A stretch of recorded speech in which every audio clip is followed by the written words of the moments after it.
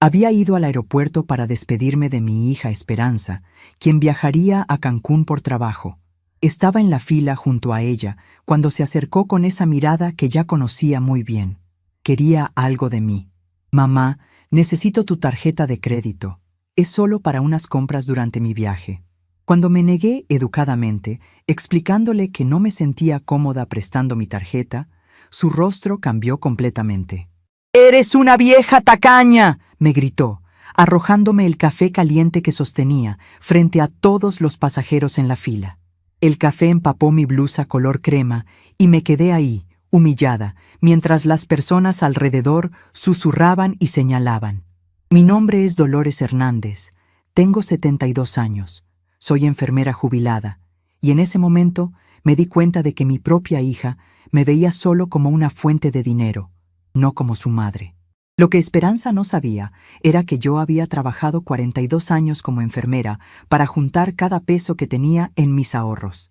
Ella creció viendo solo el resultado final, nunca los turnos dobles los fines de semana, las horas extras durante los días festivos, los zapatos remendados que usaba para ahorrar dinero para su futuro. Ahí en el aeropuerto, mojada y avergonzada, recordé cuando era pequeña y decía que yo era la mejor mamá del mundo. Ahora, a los 45 años, casada con Miguel Sánchez desde hace 20 años y madre de Roberto de 17 años y Carmen de 15 años, solo me buscaba cuando necesitaba algo económico. El guardia de seguridad del aeropuerto se acercó con toallas de papel y una señora mayor desconocida me ofreció pañuelos con una mirada de comprensión que me partió el corazón aún más. Esperanza se quedó ahí parada a mi lado, esperando que cambiara de opinión sobre la tarjeta, como siempre pasaba cuando ella insistía. Pero cuando anunciaron el abordaje de su vuelo a Cancún, algo inesperado ocurrió. El empleado de la aerolínea pidió sus documentos, y fue entonces cuando Esperanza descubrió que había olvidado su credencial de elector en casa, en la prisa de llegar al aeropuerto. Sin documentos, no podía abordar el vuelo. La ironía de la situación me pegó como un rayo. Ella que me había humillado por dinero, ahora estaba impedida de viajar por su propia negligencia. Mientras ella discutía desesperadamente con los empleados de la aerolínea, yo me alejé silenciosamente hacia la salida del aeropuerto. Pero lo que ella no sabía era que esa sería la última vez que permitiría ser tratada como un cajero automático ambulante. Crecí en una familia humilde en Guadalajara, Jalisco. Mi padre, José Hernández, trabajaba en una fábrica de textiles, y mi madre, Carmen Morales, tomaba trabajos de costura en casa para ayudar con los gastos familiares. Éramos 5 hermanos, y yo era la mayor, lo que significaba que desde muy pequeña aprendí a cuidar a los menores y a ayudar con las labores del hogar. Mis padres siempre nos inculcaron el valor del trabajo duro y la importancia de la familia. «La familia es lo más sagrado que tenemos, mija», me decía mi madre mientras cosía hasta altas horas de la madrugada. «Todo lo que hagamos es por ellos». Cuando terminé la secundaria, mis padres hicieron un gran esfuerzo económico para que pudiera estudiar enfermería. Era un sueño que tenía desde niña, inspirada por la hermana Guadalupe, una monja que atendía a los enfermos en nuestro barrio. Mi madre vendió sus joyas de oro, las únicas de valor que tenía, para pagar mi colegiatura. «La educación es la herencia más valiosa que te podemos dar», me dijo el día que me entregó el dinero. Nunca olvidé ese sacrificio. Estudié con dedicación, trabajando medio tiempo limpiando oficinas para ayudar con mis gastos personales. Conocí a Francisco Hernández, el padre de Esperanza, cuando él tenía 25 años y trabajaba como supervisor en una empresa constructora. Yo tenía 23 y acababa de conseguir mi primer trabajo como enfermera en el Hospital General de Guadalajara. Nos conocimos en una posada navideña en casa de una amiga mutua. Francisco era un hombre trabajador, serio, con valores familiares sólidos. Sus padres, Ramón Hernández y Rosa Jiménez, eran dueños de una pequeña tienda de abarrotes en el centro de la ciudad. Venía de una familia de comerciantes honestos que valoraban el esfuerzo y la honestidad por encima de todo. Nuestro noviazgo duró 2 años. Francisco me respetaba profundamente y admiraba mi dedicación al trabajo. «Me gusta que seas una mujer independiente, Dolores», me decía. «Quiero que sigamos siendo un equipo cuando nos casemos». Nos casamos en la iglesia de San Juan de Dios en una ceremonia sencilla pero llena de amor. Nuestros padres se esforzaron por darnos una boda digna, y recuerdo lo orgullosa que me sentía caminando del brazo de mi padre hacia el altar, sabiendo que había encontrado a un hombre que me valoraba por quien era realmente. Los primeros años de matrimonio fueron hermosos. Francisco y yo trabajábamos duro para comprar nuestra primera casa, un pequeño hogar en una colonia modesta pero segura. Yo seguía trabajando como enfermera, y él había conseguido un ascenso como jefe de obra. Por las tardes, después del trabajo, nos sentábamos en el pequeño patio de nuestra casa a planear nuestro futuro. Hablábamos de los hijos que tendríamos, de los valores que les inculcaríamos, de la importancia de darles una educación mejor que la que nosotros habíamos recibido. Cuando quedé embarazada de Esperanza, fue la noticia más feliz de nuestras vidas. Francisco se desvivía por cuidarme, llevándome vitaminas especiales, comprando libros sobre bebés, acompañándome a todas las citas médicas. «Va a ser la niña más amada del mundo», decía, acariciando mi vientre. Y durante los primeros años de vida de Esperanza, así fue. Ella era nuestra princesita, el centro de nuestro universo. Francisco trabajaba turnos extra para que yo pudiera tomarme una licencia más larga y dedicarme completamente a cuidar a nuestra hija. Esperanza era una bebé alegre, curiosa, llena de vida. Gateaba por toda la casa, explorando cada rincón con esa determinación que caracterizaría su personalidad en el futuro. Francisco llegaba del trabajo y lo primero que hacía era cargarla, hacerla reír, jugar con ella hasta la hora del baño. Los fines de semana la llevábamos al parque, a visitar a los abuelos, a la misa de domingo. Éramos una familia completa, feliz, unida por el amor genuino que sentíamos los unos por los otros. Cuando Esperanza cumplió 3 años, decidimos que era momento de que yo regresara al trabajo. Francisco había conseguido un contrato importante que le aseguraba ingresos estables por varios años, pero queríamos ahorrar para comprar una casa más grande y para la educación futura de nuestra hija. Encontré trabajo en el turno de noche en una clínica privada, lo que me permitía cuidar a Esperanza durante el día mientras Francisco trabajaba, y él se hacía cargo de ella por las noches mientras yo estaba en la clínica. Fue un periodo de mucho sacrificio, pero también de mucha esperanza. Francisco y yo nos veíamos apenas unas horas al día, pero todo tenía un propósito claro: darle a Esperanza las mejores oportunidades posibles. Los fines de semana compensábamos el tiempo perdido entre semana. Íbamos a la alberca municipal, preparábamos comidas especiales, invitábamos a mis hermanos y sus familias para que Esperanza conviviera con sus primos. Eran momentos de felicidad pura, donde se confirmaba que todos nuestros sacrificios valían la pena. Cuando Esperanza entró a la primaria, destacó inmediatamente como una niña inteligente y carismática. Sus maestras siempre tenían comentarios positivos sobre su desempeño académico y su liderazgo natural entre sus compañeros. Francisco y yo nos sentíamos orgullosos de ver cómo nuestra hija florecía, pero también notábamos que comenzaba a desarrollar una personalidad más exigente. Quería los útiles escolares más caros, los zapatos de marca que usaban algunas de sus compañeras de familias más adineradas. «Es normal, Dolores», me tranquilizaba Francisco. «Es una niña inteligente que se da cuenta de las diferencias sociales. Solo tenemos que enseñarle el valor de las cosas y que no todo se puede tener de inmediato». Así que establecimos un sistema de metas y recompensas. Si Esperanza mantenía buenas calificaciones y ayudaba con las labores del hogar, podía ahorrar para comprarse algo especial que quisiera. Era una forma de enseñarle disciplina y el valor del esfuerzo. Durante los años de primaria y secundaria, este sistema funcionó relativamente bien. Esperanza era una estudiante ejemplar. Participaba en obras de teatro escolares. Tenía un círculo social amplio y mantenía una relación cercana con nosotros. Los domingos después de misa, íbamos a desayunar a un restaurante familiar, y esos momentos se convirtieron en una tradición sagrada para nuestra familia. Esperanza nos contaba sobre sus amigos, sus maestros, sus planes para el futuro. Francisco y yo intercambiábamos miradas de complicidad, satisfechos de haber criado a una hija tan maravillosa.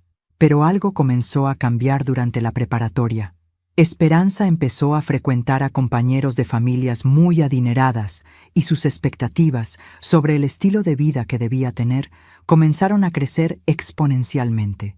Quería ropa de marcas exclusivas, fiestas extravagantes para su cumpleaños, viajes de fin de curso caros. Francisco y yo hacíamos grandes esfuerzos para complacerla en lo que podíamos, trabajando horas extra, posponiendo nuestros propios gustos y necesidades. Solo queremos que no se sienta menos que sus amigos, le decía yo a Francisco cuando él expresaba preocupación por los gastos excesivos que hacíamos para satisfacer los deseos de Esperanza. Es una etapa, ya se le pasará cuando madure. Pero en el fondo, ambos sabíamos que algo estaba cambiando en la dinámica familiar. Esperanza comenzó a ver nuestros esfuerzos como algo que le debíamos, no como sacrificios que hacíamos por amor. El día que se graduó de preparatoria, Francisco y yo estábamos tan orgullosos que contratamos un mariachi para sorprenderla en la ceremonia. Esperanza se veía hermosa con su toga y birrete, pero cuando el mariachi comenzó a tocar Las Mañanitas, vi en sus ojos no la alegría que esperaba, sino vergüenza. Sus amigos adinerados tenían celebraciones más sofisticadas y nuestra muestra de amor mexicano tradicional le parecía anticuada y embarazosa.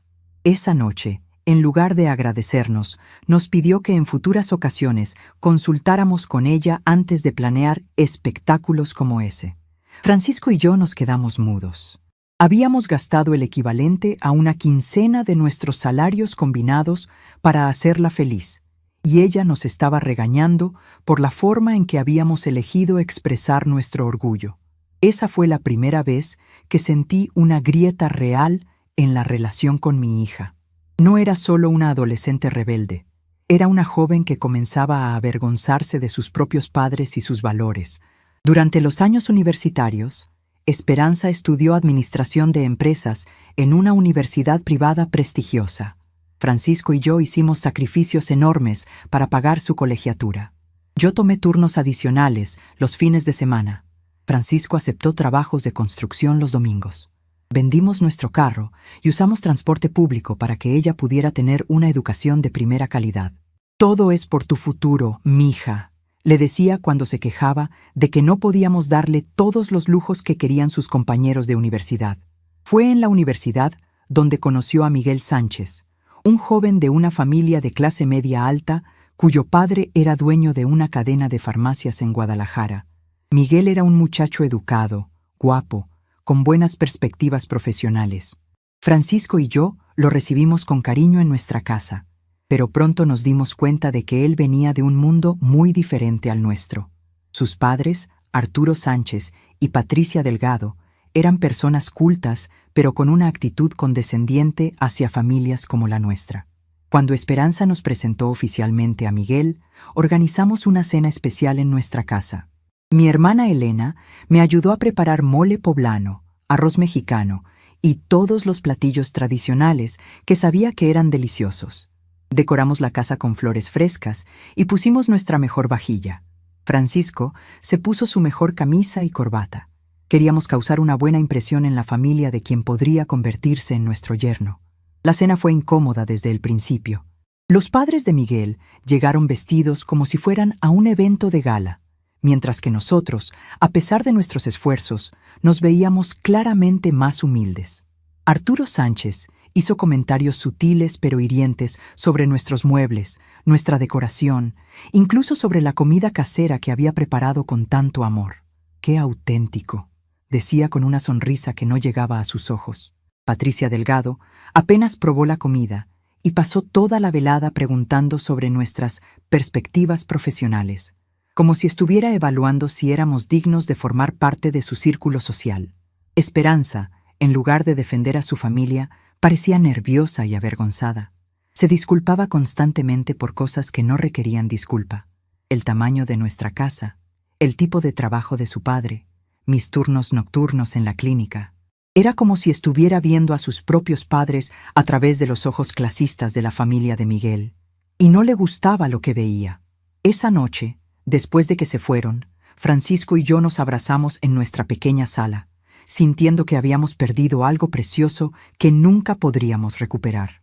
La boda de Esperanza y Miguel fue otro evento que marcó la creciente distancia entre nosotros. Ellos querían una ceremonia elegante en un salón exclusivo de Guadalajara. Francisco y yo vaciamos nuestras cuentas de ahorro, pedimos un préstamo y hasta vendimos algunas de mis joyas para contribuir con los gastos. Pero durante toda la planeación sentía que mi opinión importaba cada vez menos. Las decisiones las tomaban Esperanza, Miguel y la familia de él. Yo era solo la madre de la novia que tenía que pagar su parte y mantenerse callada. El día de la boda me sentía como una extraña en la celebración de mi propia hija. El salón era hermoso, la comida exquisita, la música elegante. Pero cuando llegó el momento de los discursos, Esperanza agradeció efusivamente a los padres de Miguel por su generosidad y su apoyo, mencionando a Francisco y a mí solo de pasada, como si fuéramos invitados de compromiso. Durante el baile, vi cómo se desenvolvía naturalmente entre los amigos sofisticados de Miguel, riendo y conversando sobre temas que Francisco y yo no podíamos seguir. Esa noche, mientras Francisco y yo regresábamos a casa en un taxi, porque habíamos vendido nuestro carro para pagar la boda, él me tomó la mano y me dijo: «Creo que perdimos a nuestra hija, Dolores. Ya no somos las personas más importantes en su vida». Tenía razón, pero yo aún tenía la esperanza de que cuando llegaran los nietos, las cosas cambiarían. Pensaba que la maternidad le haría valorar nuevamente el amor incondicional que Francisco y yo siempre le habíamos dado. Cuando Esperanza anunció que estaba esperando a Roberto, Francisco y yo estábamos emocionados de convertirnos en abuelos. Nos mudamos a una casa más cerca de la de ellos para poder ayudar con el bebé cuando fuera necesario.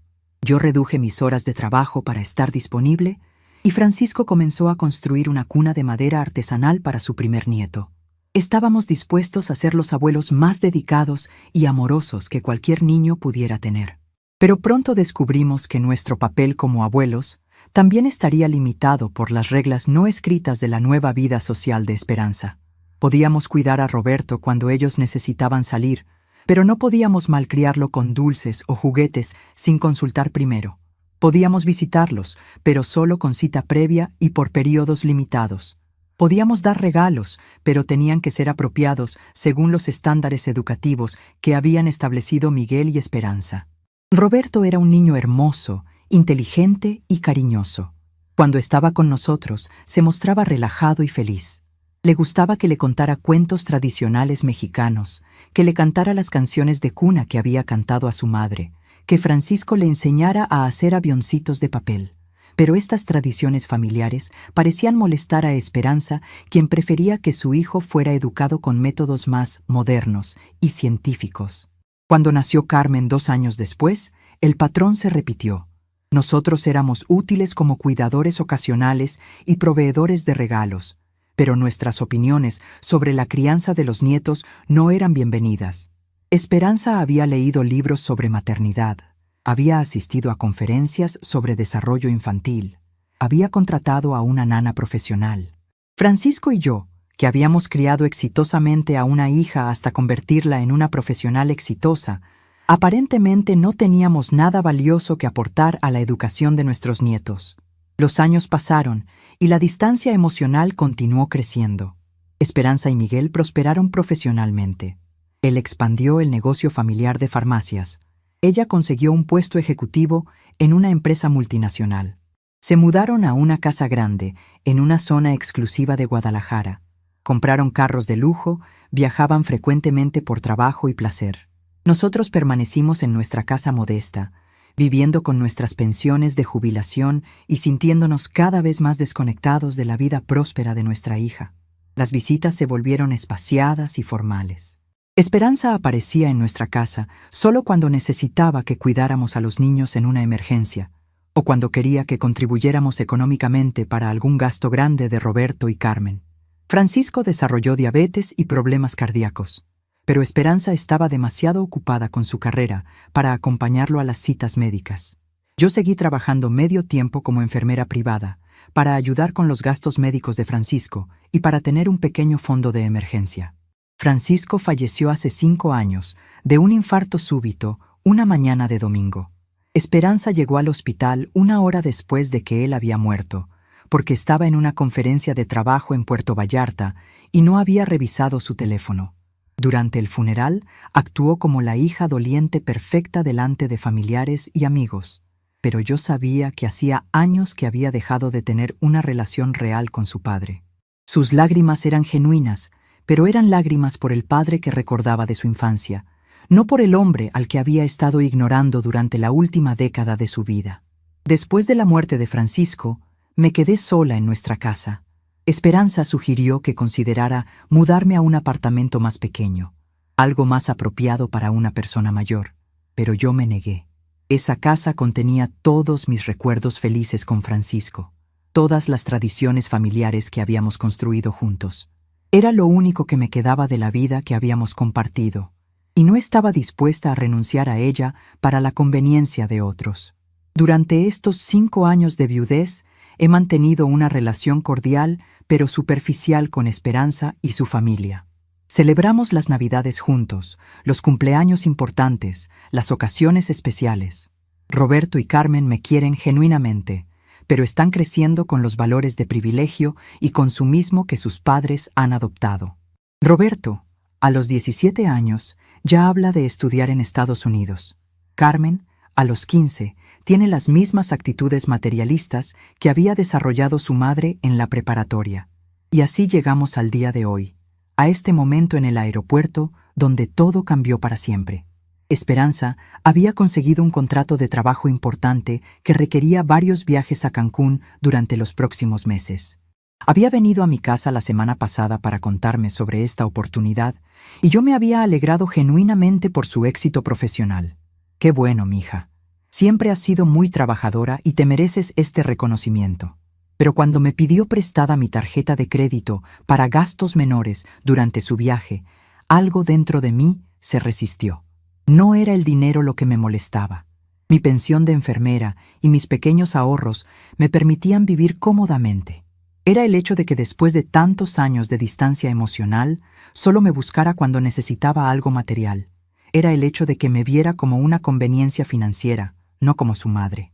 ¿Por qué no usas tu propia tarjeta de crédito, Esperanza?, le pregunté. ¿Tienes mejor situación económica que yo? Su respuesta fue reveladora. Porque la mía está al límite por las compras de fin de año. Además, tú nunca gastas en nada, así que tu tarjeta debe tener mucho espacio disponible.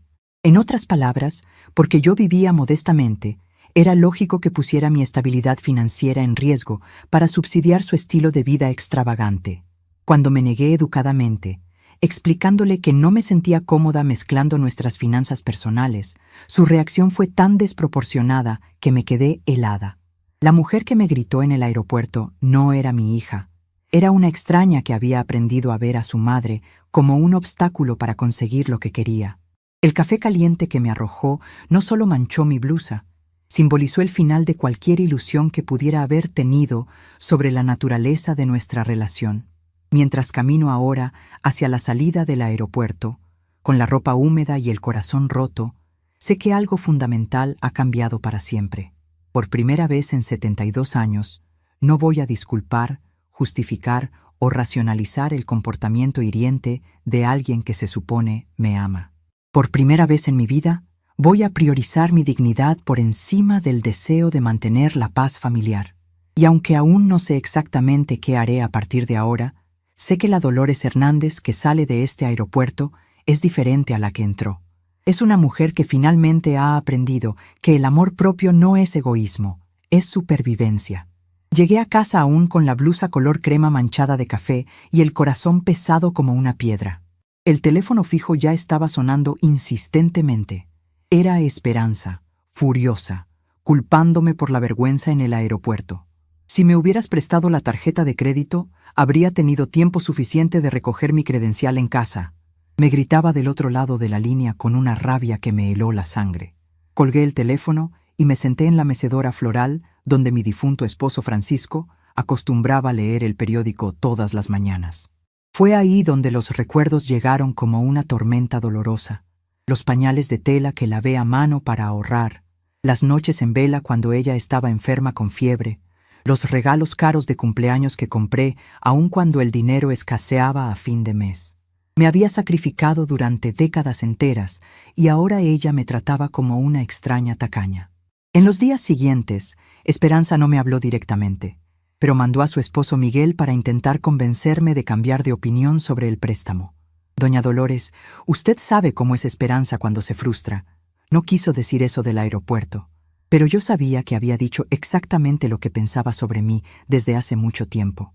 Durante toda esa semana solitaria, me quedé reflexionando sobre mi vida actual. Tenía una casa propia que Francisco y yo compramos hace 48 años, una pensión de enfermera que me daba dignidad y algunos ahorros que guardaba religiosamente en una cuenta bancaria antigua. Mis 2 nietos, Roberto y Carmen, venían a visitarme solo cuando Esperanza necesitaba una niñera gratuita para salir con su esposo. Era una conveniencia para emergencias, no una abuela amada y respetada. La soledad que sentía no era por estar físicamente sola en la casa, sino por darme cuenta de que mi propia familia se había convertido en un grupo de extraños interesados. Fue una tarde lluviosa de jueves que decidí llamar a mi antigua compañera de trabajo del hospital, Elena Morales, quien se había mudado a una ciudad costera después de jubilarse hace 2 años. Dolores, necesitas vivir para ti misma. Vende esa casa grande y ven a vivir cerca del mar conmigo. La vida es demasiado corta para seguir siendo el tapete de hijos ingratos. Sus palabras resonaron en mi mente por días y noches seguidos. Comencé a imaginar cómo sería despertar todas las mañanas escuchando el sonido de las olas del mar en lugar del ruido ensordecedor del tráfico de la ciudad, tener vecinos que me saludaran con cariño genuino en lugar de familia que solo aparecía cuando necesitaba algún favor económico. Y en ese momento silencioso, mirando la foto de boda en la pared de la sala, algo dentro de mí finalmente se rompió, no de tristeza profunda, sino de una liberación inesperada que no sentía desde hace décadas. Durante esos días de reflexión solitaria, comencé a recordar quién había sido yo antes de convertirme solo en la mamá de Esperanza. Dolores Hernández había sido una joven enfermera ambiciosa que soñaba con especializarse en pediatría. Tenía planes de estudiar una maestría, de viajar por México conociendo diferentes hospitales, de tal vez escribir artículos sobre cuidados de enfermería para revistas especializadas. Pero cuando llegó Esperanza, puse todos esos sueños en un cajón para dedicarme completamente a ser la madre perfecta que creía que ella merecía. Recordé las noches cuando Francisco dormía y yo me quedaba despierta amamantando a Esperanza, susurrándole historias sobre los lugares que visitaríamos juntas cuando fuera mayor. Le hablaba de las tradiciones familiares que le enseñaría, de las recetas secretas de mi madre que compartiría con ella, de cómo las dos seríamos las mejores amigas cuando creciera. En esos momentos íntimos, imaginaba que tendríamos una relación como la que yo había tenido con mi madre Carmen, cercana, cálida, llena de confianza mutua. Mi madre había muerto cuando Esperanza tenía 15 años, víctima de un cáncer que la consumió rápidamente. Durante sus últimos meses, Esperanza la visitaba religiosamente en el hospital, llevándole flores frescas y leyéndole pasajes de la Biblia. Mi madre adoraba a su nieta y siempre me decía: «¡Qué suerte tienes, Dolores! Esperanza va a ser tu mejor compañía cuando seas mayor. Es una niña con buen corazón. Si mi madre pudiera ver cómo se comporta Esperanza conmigo ahora, se sentiría devastada por la transformación». También recordé los primeros años, después de que Francisco y yo nos casáramos, cuando vivíamos en un pequeño departamento de 2 recámaras cerca del centro de Guadalajara. Éramos felices con tan poco. Nuestros muebles eran de segunda mano. Nuestras vacaciones consistían en paseos dominicales al Parque Agua Azul y nuestras cenas románticas eran tacos en el mercado local. Francisco trabajaba largas jornadas en la construcción. Regresaba a casa con las manos agrietadas y la espalda dolorida, pero siempre tenía una sonrisa para mí y energía para planear nuestro futuro juntos. «Cuando tengamos hijos, Dolores», me decía mientras contábamos nuestras monedas para el gasto semanal, «les vamos a dar todo lo que nosotros no tuvimos. Pero más importante, les vamos a enseñar a valorar lo que tienen y a respetar a quienes les dan amor». Francisco tenía una filosofía simple, pero profunda sobre la familia. El amor se demuestra con acciones, no con palabras bonitas, y los hijos que crecen sabiendo que son amados incondicionalmente se convierten en adultos que saben amar a otros de la misma manera. Esa filosofía funcionó durante los primeros años de vida de Esperanza. Era una niña agradecida, cariñosa, que valoraba los regalos sencillos que podíamos darle. Sus muñecas favoritas no eran las más caras, sino las que yo le cosía a mano con retazos de tela colorida. Sus cuentos favoritos no venían de libros caros, sino de las historias inventadas que Francisco y yo le contábamos antes de dormir. Sus momentos más felices no eran en lugares costosos, sino en la cocina de nuestra casa, ayudándome a preparar tortillas para el desayuno dominical. ¿En qué momento exacto comenzó a cambiar todo eso? Creo que fue gradual, tan sutil que Francisco y yo no nos dimos cuenta hasta que ya era demasiado tarde. Tal vez comenzó cuando Esperanza empezó la primaria en una escuela donde había niños de diferentes niveles socioeconómicos. Tal vez fue cuando empezó a comparar su ropa, sus útiles, sus lunch con los de compañeros que venían de familias más adineradas. O tal vez fue cuando nosotros, en nuestro afán de darle lo mejor, comenzamos a hacer sacrificios económicos desproporcionados para satisfacer deseos que antes habrían sido considerados caprichos. Recuerdo vívidamente el día de su 10º cumpleaños. Esperanza había visto una bicicleta rosa con canasta y timbre en la tienda departamental y había puesto esa expresión de deseo intenso que los niños ponen cuando quieren algo desesperadamente. La bicicleta costaba el equivalente a 3 semanas del salario de Francisco, pero decidimos comprarla porque queríamos ver su cara de felicidad. Francisco trabajó turnos dobles durante un mes para pagar esa bicicleta sin afectar nuestros gastos básicos. El día de su cumpleaños, cuando vio la bicicleta en el patio decorada con globos y un gran moño rosa, Esperanza gritó de alegría y nos abrazó con una emoción tan pura que Francisco y yo nos miramos sabiendo que habíamos hecho lo correcto. Pero esa felicidad duró solo hasta que llegó su amiga Claudia a la fiesta, montando una bicicleta aún más cara con cambios de velocidad y accesorios que la nuestra no tenía. Vi cómo el rostro de Esperanza cambió de alegría pura a satisfacción mediana en cuestión de minutos. Esa fue la primera vez que me di cuenta de que habíamos creado un problema. Por más que nos esforzáramos, siempre habría algo mejor, más caro, más exclusivo que otras familias podían darle a sus hijos y que nosotros no podíamos costear. Pero en lugar de usar esa situación para enseñarle a Esperanza sobre gratitud y límites realistas, Francisco y yo interpretamos su decepción como una falla nuestra. Decidimos trabajar aún más duro para poder darle cosas mejores en el futuro.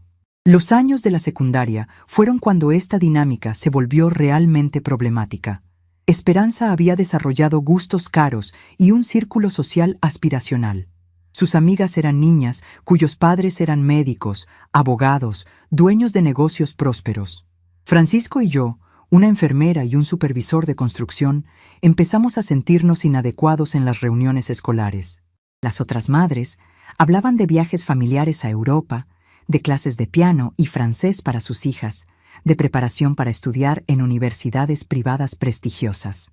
Esperanza comenzó a pedirnos cosas que estaban claramente fuera de nuestro alcance económico: ropa de diseñador para verse como sus amigas, clases particulares de inglés para no quedar atrás, fiestas elaboradas para competir con las celebraciones que organizaban otras familias. Francisco y yo nos endeudamos seriamente para complacerla, justificando cada gasto excesivo con la frase: «Es por su futuro. Todo lo que hagamos por su educación y desarrollo valdrá la pena». Pero empecé a notar que mientras más le dábamos, menos agradecida se mostraba.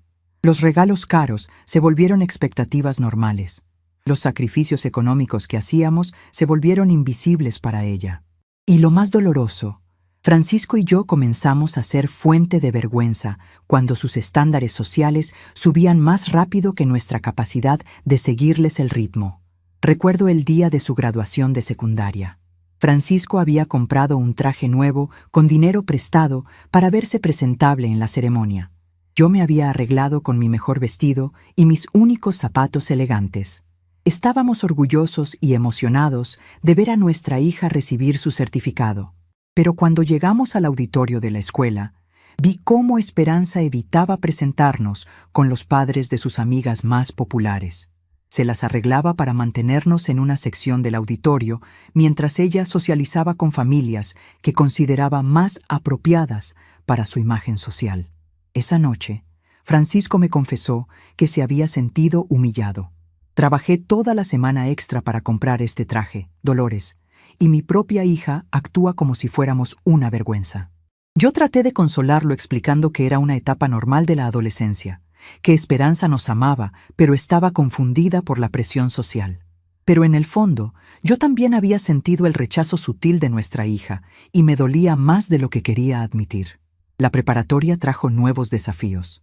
Esperanza quería estudiar en la escuela privada más exclusiva de Guadalajara, donde estudiaban los hijos de las familias más adineradas de la ciudad. La colegiatura mensual era equivalente al salario completo de Francisco. Cuando le expliqué que era económicamente imposible para nosotros, Esperanza tuvo la primera verdadera crisis emocional que recuerdo haber visto en ella.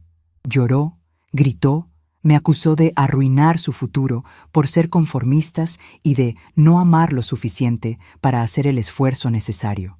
Francisco y yo pasamos noches sin dormir analizando nuestras finanzas, buscando maneras de hacer posible lo imposible. Finalmente, decidimos hipotecar nuestra casa para pagar los 3 años de preparatoria en esa escuela exclusiva. Era una decisión financiera arriesgada que podría habernos dejado sin hogar si algo salía mal con nuestros trabajos, pero lo justificamos diciéndonos que era una inversión en el futuro de Esperanza. Durante esos 3 años de preparatoria, Francisco trabajó turnos dobles regularmente y yo acepté trabajos adicionales como enfermera privada los fines de semana. Nuestra vida social desapareció completamente porque todo nuestro tiempo libre se dedicaba a generar el dinero extra necesario para mantener a Esperanza en esa escuela. Nos alimentábamos básicamente, vestíamos con ropa de segunda mano y posponíamos cualquier gasto personal para poder financiar no solo la colegiatura, sino también los gastos sociales que Esperanza necesitaba para encajar con sus compañeros adinerados. Y durante esos 3 años, en lugar de agradecer nuestros sacrificios, Esperanza se fue alejando emocionalmente de nosotros. Mientras más nos esforzábamos por darle acceso a un mundo socioeconómico superior, más vergüenza parecía sentir de sus orígenes humildes. Dejó de traer amigas a casa porque nuestra modesta vivienda no estaba a la altura de los estándares a los que se estaba acostumbrando. Dejó de participar en comidas familiares los domingos porque prefería socializar con sus nuevos amigos. Dejó de contarnos sobre su vida cotidiana porque aparentemente ya no teníamos suficiente educación o sofisticación para entender su nuevo mundo. El día de su graduación de preparatoria, Francisco y yo estábamos exhaustos física y emocionalmente, pero orgullosos de haber logrado darle la educación que ella quería.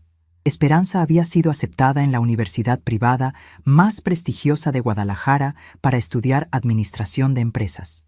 Pero cuando llegó el momento de los agradecimientos en su discurso como una de las mejores estudiantes de su generación, mencionó a sus maestros, a sus compañeros, a la institución educativa, pero no mencionó ni una sola vez los sacrificios que Francisco y yo habíamos hecho para hacer posible ese momento. Esa noche, mientras limpiaba la casa después de la pequeña celebración que habíamos organizado para ella, encontré una carta que había dejado olvidada sobre su cómoda. Era de una de sus amigas, felicitándola por su graduación, pero también comentando: «Qué bueno que ya vas a ir a la universidad y vas a poder hacer tu propia vida, lejos de, ya sabes, el ambiente de tu casa». Francisco leyó la carta conmigo, y ambos entendimos que para los amigos de Esperanza, y posiblemente para ella misma, nuestra familia era algo de lo que había que escapar, no algo que valorar. Los años universitarios fueron aún más difíciles económicamente. La carrera de administración de empresas en esa universidad privada era extremadamente costosa, y Esperanza también necesitaba dinero para ropa apropiada, materiales especializados, actividades sociales que eran parte integral de la experiencia universitaria en ese ambiente exclusivo. Francisco desarrolló problemas de salud por el exceso de trabajo, hipertensión, problemas de espalda, fatiga crónica, pero siguió aceptando trabajos extras porque faltaban 2 años para que Esperanza se graduara. Fue durante el 3er año de universidad que Esperanza conoció a Miguel Sánchez. Al principio, Francisco y yo nos alegramos de que tuviera un novio serio. Miguel parecía un joven responsable, educado, con buenas perspectivas profesionales. Su familia tenía una cadena de farmacias exitosa, y él estaba estudiando para eventualmente hacerse cargo del negocio familiar.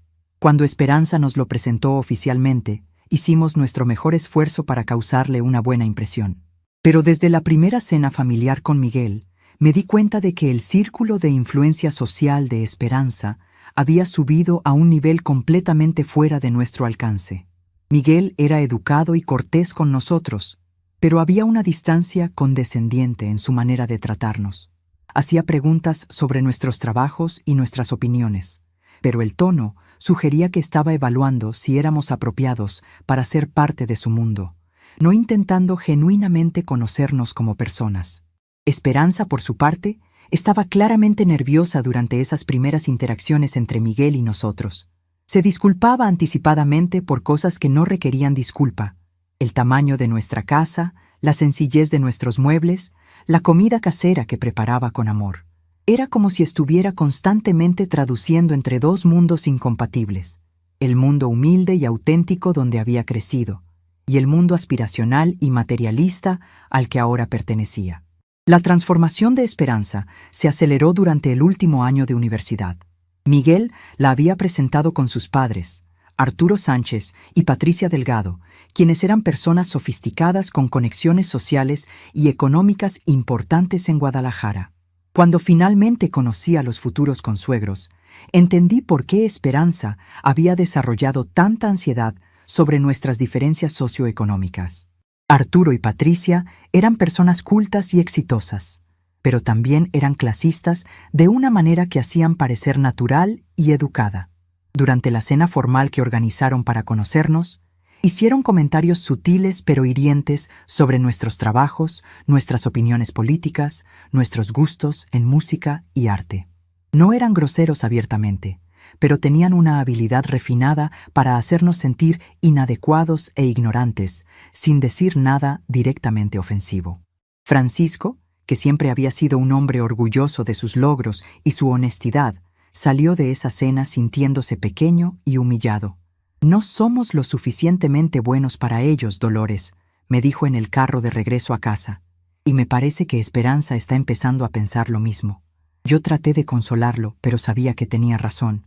Nuestra hija había sido seducida por un mundo donde el valor de una persona se medía por su cuenta bancaria y sus conexiones sociales, no por su carácter o su capacidad de amar.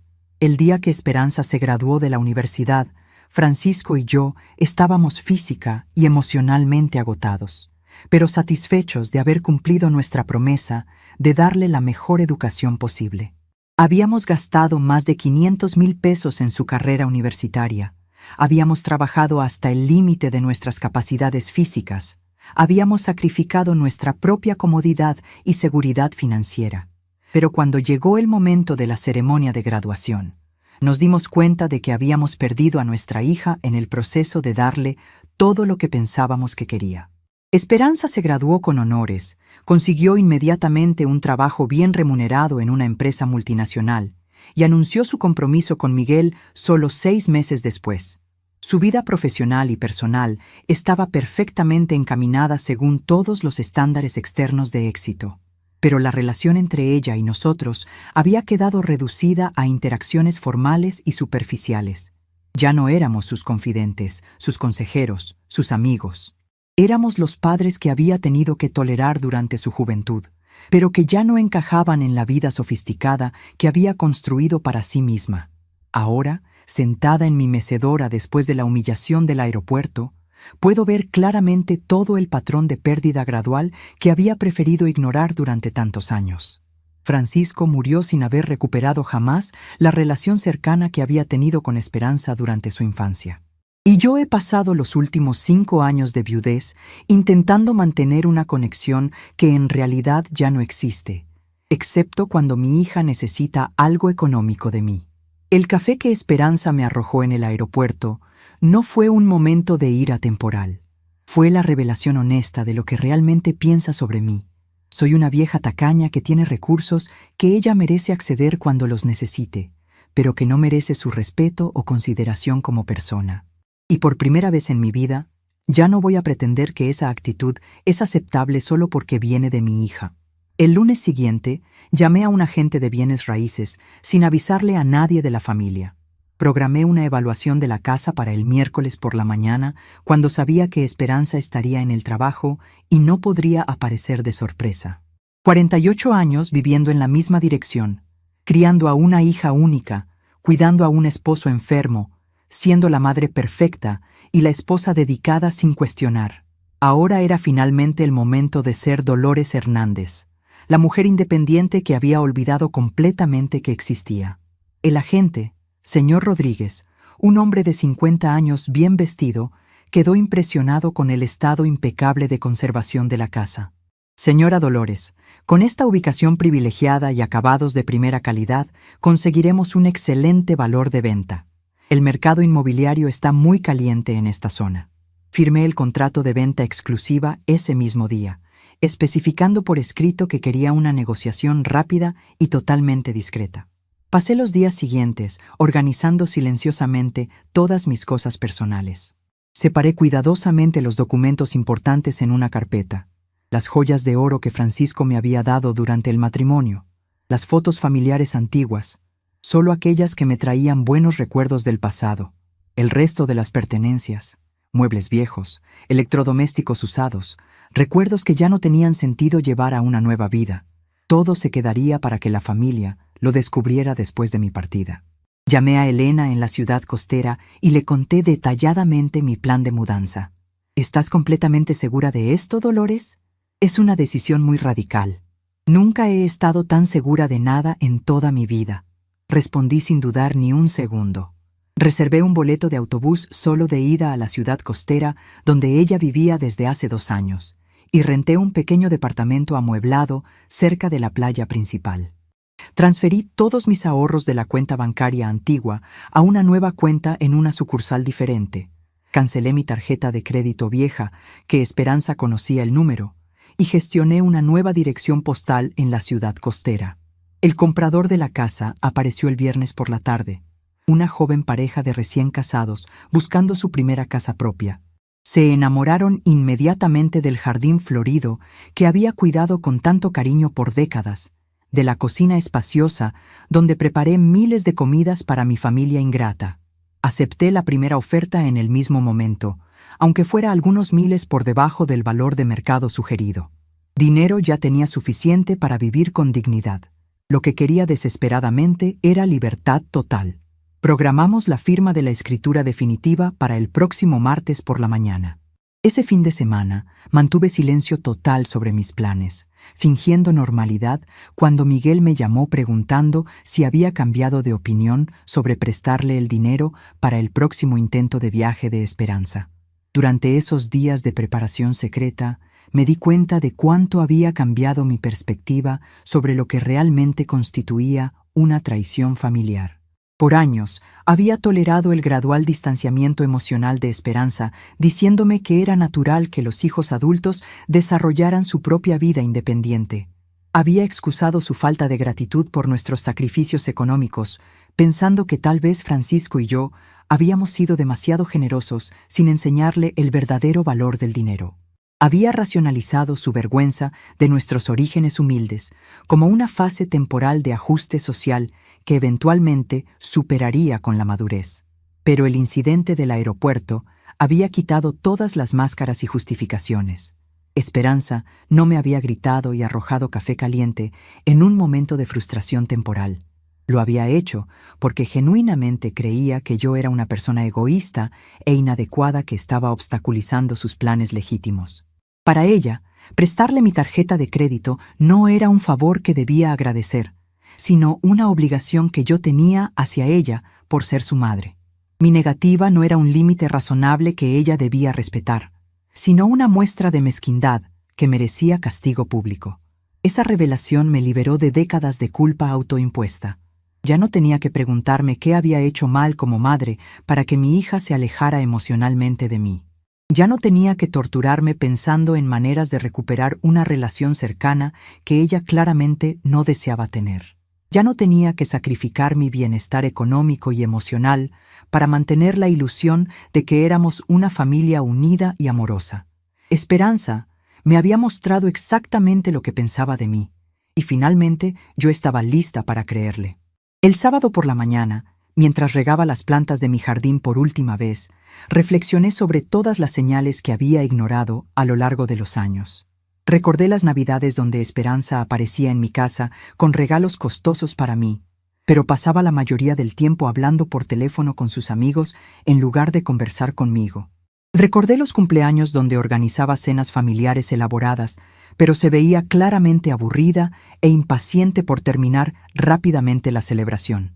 Recordé las visitas dominicales donde traía a Roberto y Carmen para que los cuidara mientras ella y Miguel iban al club o a compromisos sociales, pero nunca se quedaba a compartir una comida casera conmigo. En todos esos momentos, yo había interpretado su presencia física como evidencia de que me amaba y valoraba, cuando en realidad solo estaba cumpliendo con obligaciones sociales mínimas hacia su madre viuda. Había confundido cortesía básica con afecto genuino, conveniencia práctica con respeto real. Y lo más doloroso de reconocer, había estado tan desesperada por mantener algún tipo de conexión con ella que había aceptado migajas emocionales como si fueran banquetes de amor filial. Esa comprensión no me llenó de amargura, sino de una claridad extraña y liberadora. Por primera vez en años, no tenía que fingir que estaba satisfecha con una relación que me dejaba sintiéndome sola e infravalorada. Por primera vez desde la muerte de Francisco, podía tomar decisiones basadas en mi propio bienestar en lugar de en el miedo de perder el poco contacto que tenía con mi familia. Por primera vez en mi vida adulta, podía priorizar mi dignidad personal por encima del deseo de ser necesitada por otros. El domingo por la tarde fui a misa en la parroquia donde Francisco y yo habíamos sido feligreses durante 30 años. El padre Miguel, que había conocido a nuestra familia desde que Esperanza era niña, me preguntó cómo estaba después del incidente del aeropuerto. Al parecer, algún conocido mutuo había presenciado la escena y había comentado sobre lo que había pasado. «Hija mía», me dijo el sacerdote con genuina preocupación, «recuerda que las relaciones familiares pasan por crisis, pero el amor siempre encuentra la manera de sanar las heridas». Normalmente, esas palabras me habrían convencido de intentar una reconciliación inmediata con Esperanza. Habría interpretado el consejo del padre como una señal divina de que debía perdonar y olvidar, como había hecho tantas veces antes. Pero esa tarde, sentada en la banca donde Francisco y yo habíamos orado juntos durante décadas, entendí que el perdón genuino no requiere tolerar abuso continuo, que el amor de madre no significa aceptar falta de respeto crónica, que honrar el mandamiento de honrar a los padres no puede ser una calle de un solo sentido. «Padre Miguel», le respondí con una serenidad que me sorprendió a mí misma. Hay una diferencia entre las crisis temporales y los patrones permanentes de comportamiento. A veces, la sanación requiere distancia, no proximidad. El sacerdote me miró con una expresión de sorpresa. Aparentemente no esperaba esa respuesta de la Dolores Hernández que él conocía, siempre dispuesta a disculpar y justificar las acciones hirientes de otros. Pero yo ya no era esa misma mujer. Durante la misa, mientras escuchaba las lecturas sobre el amor y el perdón, pensé en la diferencia entre perdonar a alguien por sus errores y permitir que alguien continúe lastimándote sin consecuencias. Francisco me había enseñado que el verdadero amor incluye límites saludables, que respetar a alguien significa también exigir respeto a cambio. «Dolores», me había dicho durante uno de sus periodos de enfermedad, cuando Esperanza había cancelado varias visitas prometidas. «Amar a nuestra hija no significa aceptar cualquier cosa que haga. Significa amarla lo suficiente como para no permitir que se convierta en una persona cruel». Francisco había muerto antes de ver hasta qué punto Esperanza había desarrollado esa crueldad, pero sus palabras cobraron un significado profético ese domingo en la iglesia. Yo había estado tan enfocada en amar incondicionalmente a mi hija que había olvidado enseñarle la reciprocidad del amor. Había estado tan preocupada por no ser una carga para ella que había permitido que me tratara como si fuera exactamente eso, una carga molesta que tenía que tolerar ocasionalmente. Esa noche preparé mi última cena en la cocina, donde había alimentado a mi familia durante casi 5 décadas. Hice enchiladas rojas, la comida favorita de Francisco, usando la receta que mi madre me había enseñado cuando era joven. Mientras cocinaba, recordé todas las celebraciones familiares que habían tenido lugar en esa casa. Cumpleaños, navidades, graduaciones, el baby shower cuando Esperanza esperaba a Roberto, las fiestas de primera comunión de mis nietos.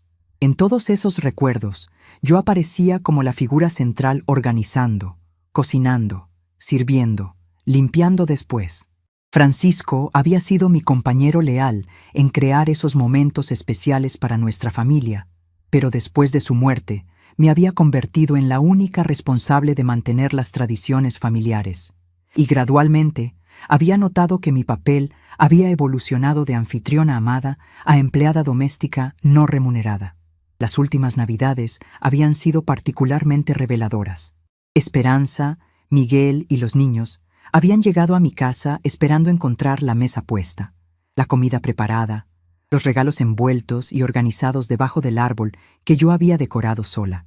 Durante la cena, habían hablado principalmente entre ellos sobre sus planes de vacaciones, sus nuevas adquisiciones, sus proyectos profesionales.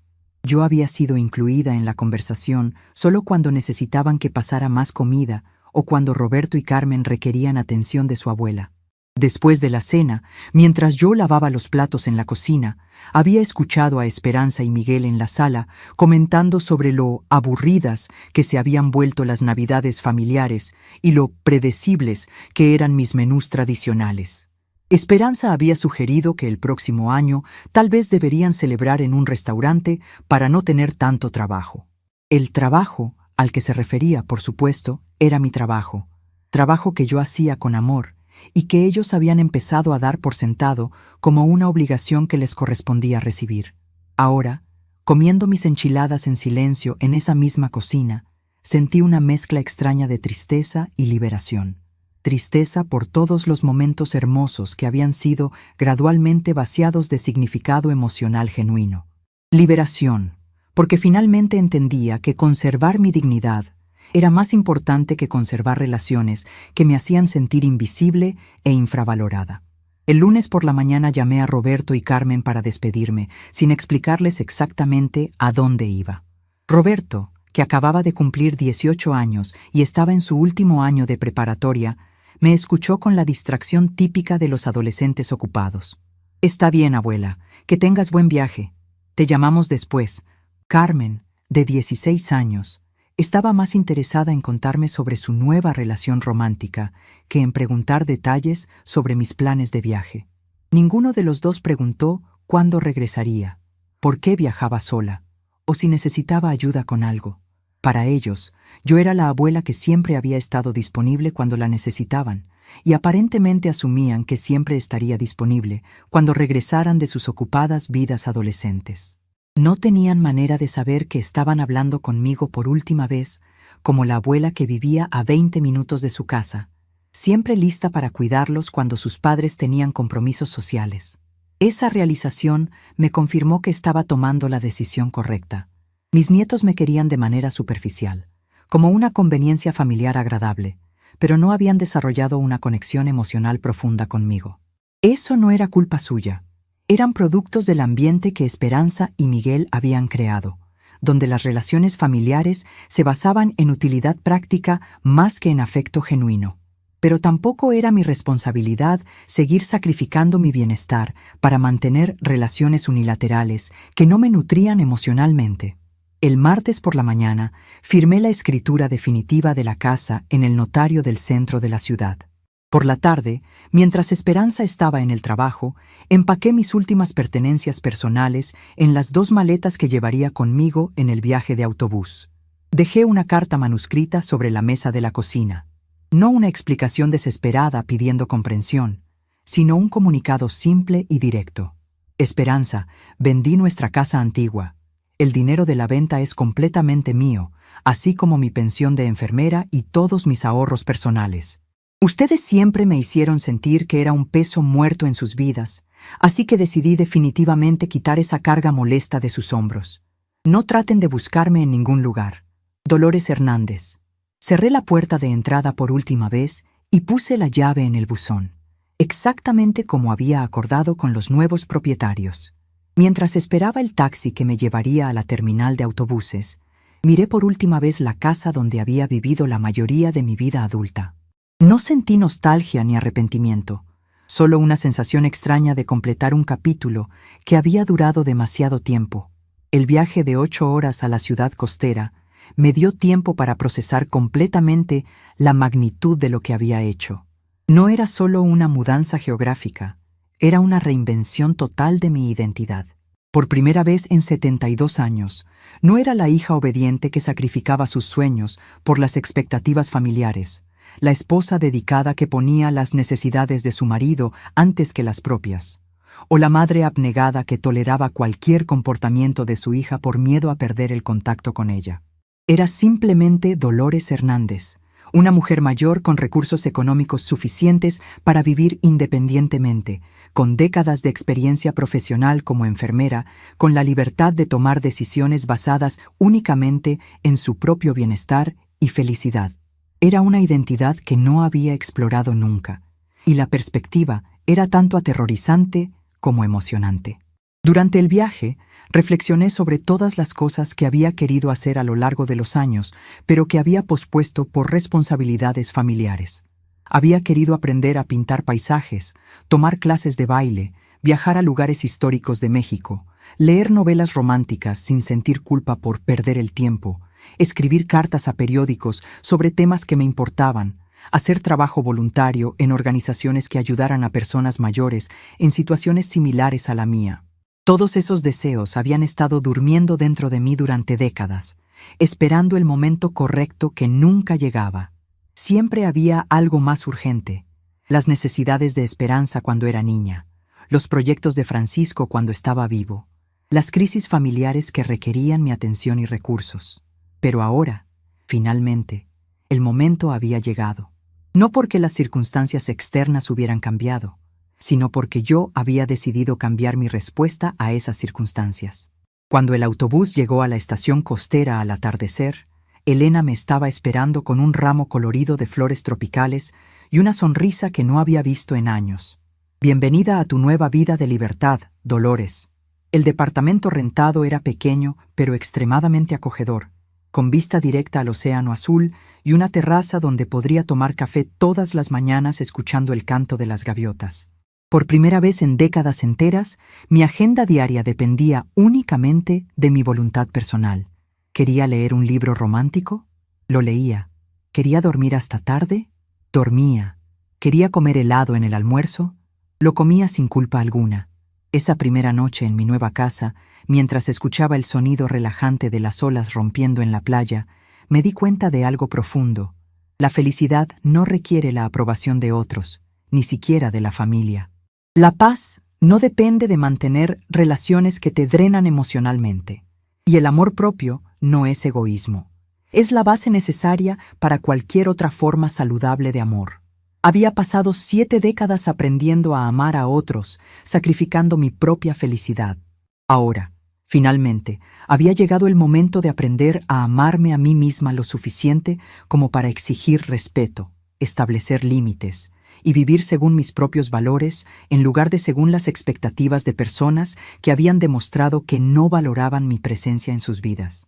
El miércoles por la tarde, Esperanza llegó a la que había sido mi casa para una de sus visitas esporádicas. Según me contó Elena más tarde, quien se mantuvo en contacto con vecinos de mi antigua colonia, mi hija encontró la casa completamente vacía y una pareja joven desempacando sus pertenencias en lo que había sido mi sala. «¿Dónde está Dolores Hernández?», gritó Esperanza con desesperación. Los nuevos propietarios, desconcertados, le entregaron la carta que había dejado sobre la mesa de la cocina.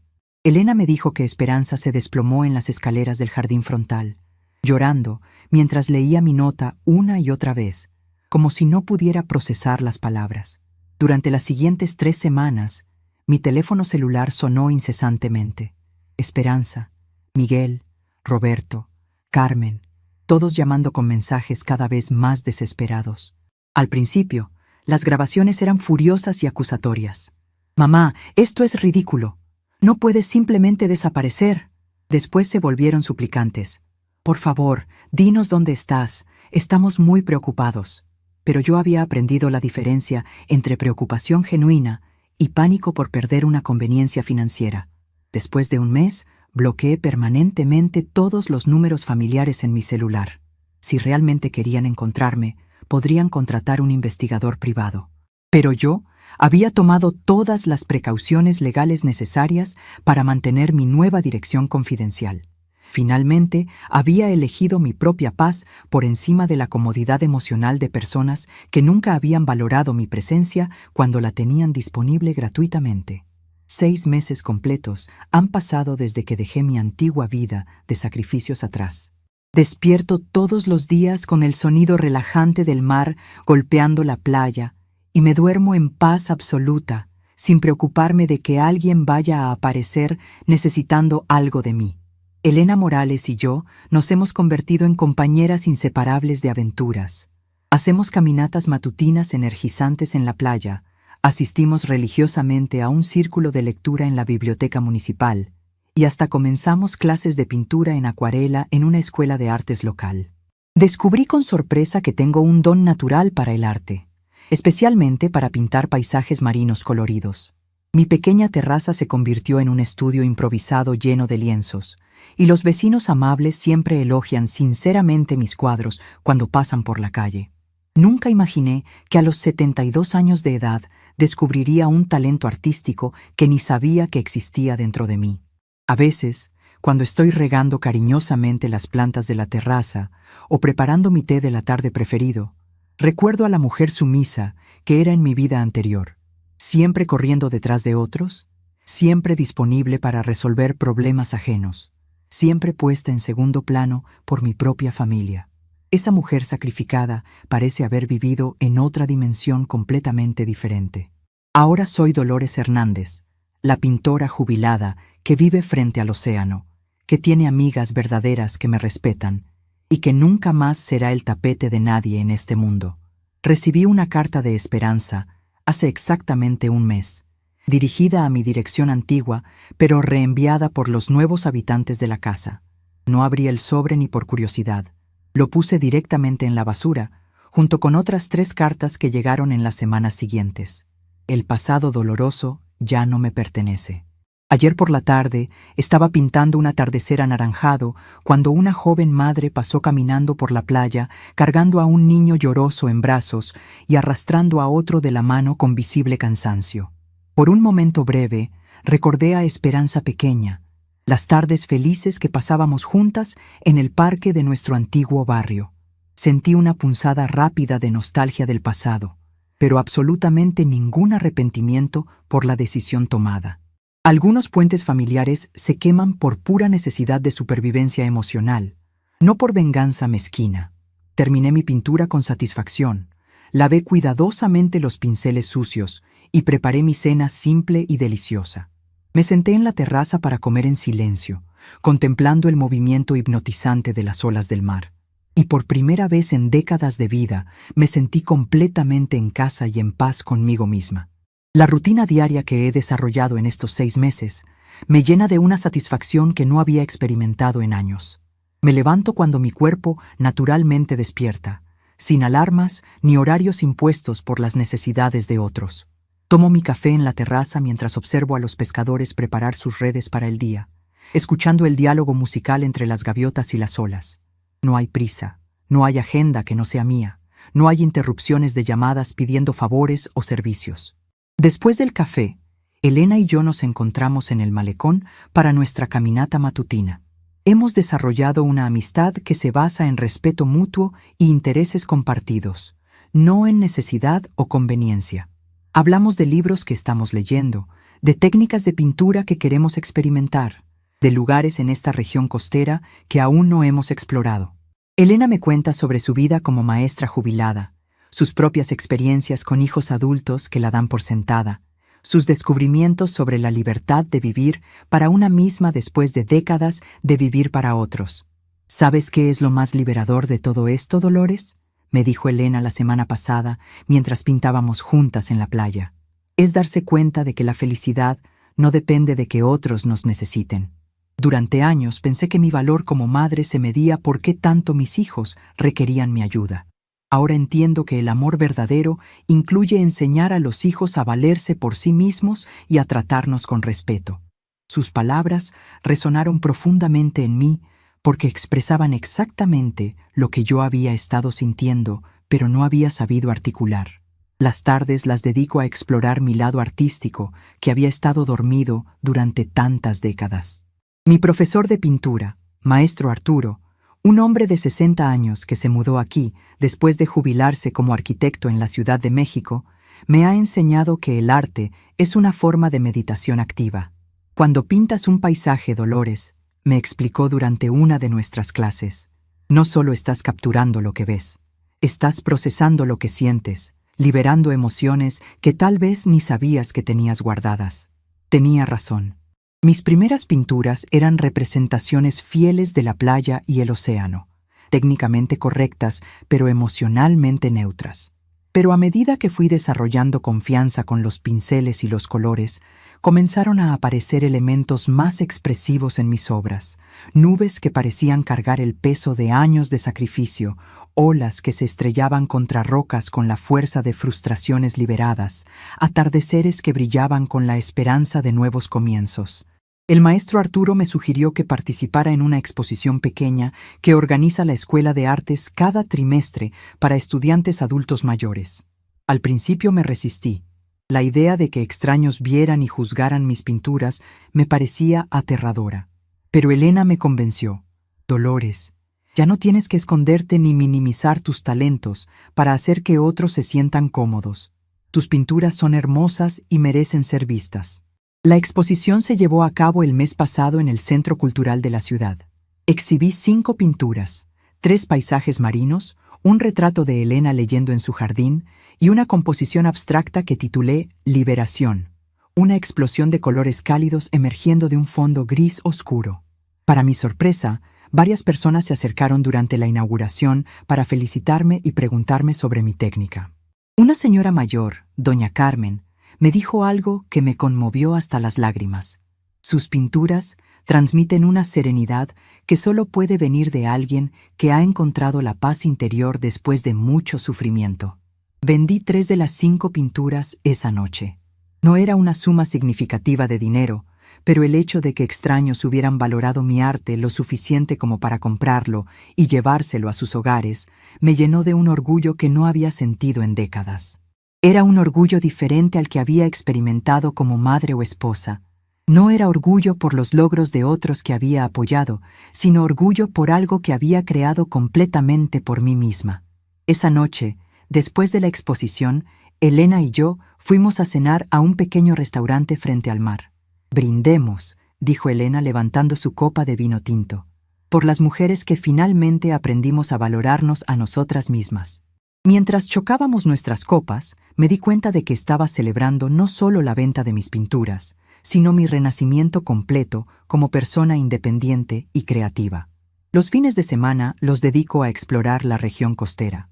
He visitado pueblos pesqueros tradicionales donde las familias aún viven según valores de respeto intergeneracional genuino.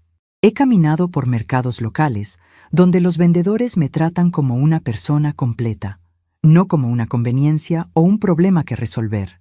He participado en festivales culturales donde mi edad es vista como símbolo de sabiduría y experiencia, no como sinónimo de obsolescencia.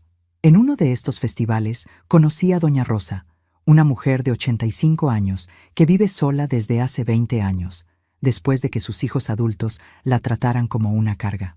«Mija», me dijo mientras compartíamos elotes preparados, «lo que tú hiciste no es egoísmo, es amor propio. Y el amor propio es la base de todo amor verdadero. Si no nos amamos a nosotras mismas lo suficiente como para exigir respeto, ¿cómo vamos a enseñar a otros a amarnos correctamente?» Doña Rosa me contó que después de mudarse sola a este pueblo costero, sus hijos inicialmente reaccionaron con enojo y acusaciones. Pero después de varios años de distancia, uno de ellos, el más joven, se acercó a pedirle perdón y a intentar construir una relación basada en respeto mutuo. «No todos mis hijos aprendieron la lección», me explicó, «pero uno sí. Y esa relación renovada con Rubén vale más que todas las relaciones superficiales que tenía antes con los 4. Su historia me hizo reflexionar sobre la posibilidad de que algún día Roberto o Carmen, mis nietos, pudieran buscarme con una perspectiva más madura sobre las relaciones familiares. Pero también me confirmó que mi bienestar no puede depender de esa posibilidad. He aprendido a construir una vida plena e independiente que no requiere la validación o presencia de familiares que no me valoran. Las noches aquí son especialmente mágicas. Después de cenar, me siento en mi terraza con una taza de té de manzanilla y observo las estrellas reflejándose en el agua oscura del océano. No hay ruidos de tráfico, no hay televisión con noticias deprimentes, no hay teléfono sonando con crisis familiares que resolver. Solo el murmullo constante de las olas y el ocasional canto de algún ave nocturna. En estos momentos de silencio absoluto, proceso completamente la transformación que he experimentado. No es que haya dejado de ser madre o abuela. Esos roles son parte integral de mi historia personal, pero he dejado de definirme exclusivamente a través de esas relaciones. He redescubierto a Dolores Hernández como individuo completo, con intereses propios, talentos únicos, y el derecho fundamental a ser tratada con dignidad y respeto. A veces me pregunto qué habría pasado si Francisco estuviera vivo durante esta crisis con Esperanza. ¿Habría tomado la decisión radical de mudarme sola? ¿O habría seguido tolerando el maltrato por no querer separar a Francisco de su hija? Es imposible saberlo, pero sospecho que Francisco, con su sabiduría práctica y su amor genuino por mí, habría apoyado cualquier decisión que protegiera mi bienestar emocional. Dolores, me dijo una vez durante sus últimos meses de vida, cuando ya era evidente que Esperanza había cambiado fundamentalmente, prométeme que si alguna vez tienes que elegir entre tu dignidad y mantener la paz familiar, vas a elegir tu dignidad, porque una persona que no se respeta a sí misma no puede realmente amar a otros de manera saludable. En ese momento, sus palabras me parecían excesivamente dramáticas. Ahora entiendo que eran proféticamente necesarias. La semana pasada recibí una llamada inesperada en mi teléfono fijo, el único número que mantuve activo para emergencias médicas. Era doña Guadalupe, mi antigua vecina de Guadalajara, llamando para contarme que Esperanza había aparecido en su puerta preguntando si sabía algo sobre mi paradero. Según doña Guadalupe, mi hija se veía demacrada y nerviosa, muy diferente a la mujer segura y próspera que había sido. Se veía desesperada, Dolores, me contó doña Guadalupe. Me preguntó si yo pensaba que tú estabas bien, si creía que podrías estar en peligro. Le dije que no sabía nada, pero que conociendo tu carácter probablemente estabas perfectamente bien, y simplemente habías decidido vivir tu vida en privado. Cuando doña Guadalupe me preguntó si quería que le diera algún mensaje a Esperanza si volvía a aparecer, le respondí: dígale que su madre está viva, está bien, y está viviendo la vida que eligió vivir. Esa fue toda la comunicación que estoy dispuesta a mantener con mi vida anterior. No siento crueldad hacia Esperanza. De hecho, espero sinceramente que esta experiencia le enseñe a valorar las relaciones que tiene antes de que sea demasiado tarde con otras personas importantes en su vida. Pero mi papel como su maestra de vida ya terminó. Ahora ella es una mujer adulta que tiene que enfrentar las consecuencias de sus decisiones, igual que cualquier otra persona en el mundo. Anoche, mientras terminaba una nueva pintura, un paisaje nocturno de la playa bajo la luna llena, reflexioné sobre lo que realmente significa el perdón. Durante años pensé que perdonar significaba olvidar, excusar y continuar las relaciones como si nada hubiera pasado. Ahora entiendo que el perdón verdadero a veces requiere distancia permanente. He perdonado a Esperanza por no haber sabido valorar mi amor y sacrificio, pero ese perdón no me obliga a seguir exponiéndome a su falta de respeto. He perdonado a Miguel por haber reforzado las actitudes clasistas que alejaron a mi hija de sus raíces humildes, pero ese perdón no requiere que pretenda que somos una familia unida. He perdonado a Roberto y Carmen por haber heredado patrones de comportamiento que ven a los abuelos como conveniencias en lugar de personas dignas de amor. Pero ese perdón no significa que tengo que estar disponible para ser utilizada por ellos cuando les sea conveniente. El perdón, he aprendido, es principalmente para mi propia paz mental. Es la decisión de no cargar resentimiento que me envenenarían el alma. Pero no es una invitación a tolerar maltrato continuo o a sacrificar mi bienestar por la comodidad emocional de personas que han demostrado que no me valoran. Esta mañana, Elena y yo fuimos al mercado municipal para comprar ingredientes frescos para la comida. Mientras seleccionaba jitomates maduros y chiles perfectos, la vendedora, doña Esperanza, Ironía del destino, me comentó. Señora Dolores, usted siempre se ve tan tranquila y feliz. ¿Cuál es su secreto? Le sonreí mientras pagaba mis verduras. Aprender a quererme lo suficiente como para no aceptar que me traten mal, aunque sea por familia. Doña Esperanza asintió sabiamente. Ay, qué razón tiene. Yo también tuve que aprender esa lección con mis propios hijos. Al principio se enojaron cuando dejé de ser su empleada doméstica gratuita, pero después aprendieron a tratarme como la madre que soy, no como la sirvienta que pensaban que tenían derecho a tener. Estas conversaciones casuales con mujeres que han vivido experiencias similares me confirman que mi situación no es única. Hay una epidemia silenciosa de madres mayores que son tomadas por sentado, utilizadas y emocionalmente maltratadas por hijos adultos que nunca aprendieron reciprocidad en las relaciones familiares. Pero también hay ejemplos inspiradores de mujeres que encontraron el valor de romper esos patrones y reclamar su dignidad. Esta tarde, mientras pinto en mi terraza con el sonido del océano como banda sonora, me siento completa de una manera que no había experimentado jamás. No es la completitud que viene de ser necesitada por otros, sino la que viene de estar en paz consigo misma. No es la satisfacción de haber sacrificado todo por la familia, sino la de haber finalmente aprendido a valorar mi propia felicidad como algo legítimo e importante. A los 72 años, finalmente entiendo que el amor más importante que podemos cultivar es el amor propio saludable, no el egoísmo que ignora las necesidades de otros, sino el respeto básico hacia una misma que establece límites apropiados y exige reciprocidad en las relaciones.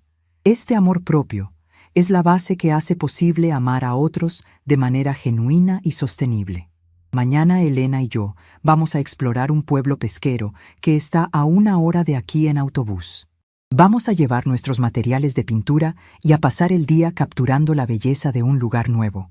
Después vamos a comer mariscos frescos en un restaurante local y a conversar sobre los libros que estamos leyendo en nuestro círculo de lectura. Son planes simples, pero están hechos con la libertad de quien puede elegir cómo pasar su tiempo sin tener que justificarse ante nadie. Son planes que nutren mi alma en lugar de drenar mi energía. Son planes que me recuerdan que la vida puede ser hermosa cuando finalmente aprendemos a vivirla para nosotras mismas. Mientras escribo estas palabras al atardecer, con el cielo pintándose de colores que pronto intentaré capturar en un lienzo, siento una gratitud profunda por haber encontrado el valor de cambiar mi vida cuando parecía demasiado tarde para empezar de nuevo. No fue fácil romper patrones de décadas, dejar atrás la seguridad de lo conocido o enfrentar la desaprobación familiar, pero fue necesario para mi supervivencia emocional y mi dignidad como ser humano. A veces, el mayor renacimiento posible es el silencio que una elige mantener para proteger su paz. Estamos curiosos para saber hasta dónde llegó esta historia. ¿Desde dónde nos están viendo? Comenten abajo.